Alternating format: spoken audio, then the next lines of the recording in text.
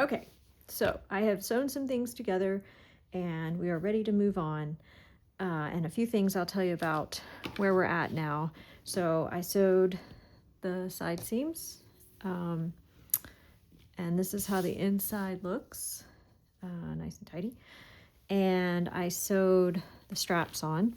So for the bigger sizes, for the adult sizes that have cups, that have cup sizes, I went ahead and did 1-inch straps. They're much more comfortable, they're much more supportive, and if you wanted to do, say, you didn't want the look of big thick straps, you could do a couple smaller straps if you wanted to make it really strappy, and you could do all kinds of fun things with that. So the one thing I did want to show you is when you sew this on, I'll zoom it up so you can see. Mark your seam allowance right here, and then make sure this is like right up to this edge. It's going to hang over, see? But you want it to be right up to this edge so that when you flip it over, it's nice and even. See that? Like it's not, there's not like a bump there or anything weird. Because sometimes I think we try to over-engineer things. Like I would have, years ago, I would have put it in between the seam and made it nice and tidy. And then I would have had a bump here, and I might not have had enough here to do the 3/8 inch seam allowance. You know what? Give up on the inside looking, super tidy. Sometimes functionality is better than having it look super finished on the inside.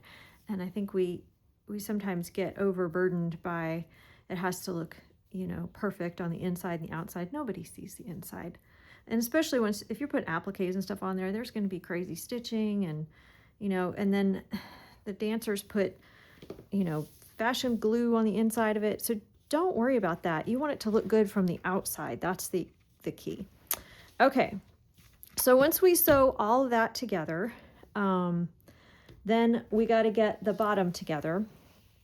And so what you're going to do is you're going to sew, this is the leotard and the outside skirt.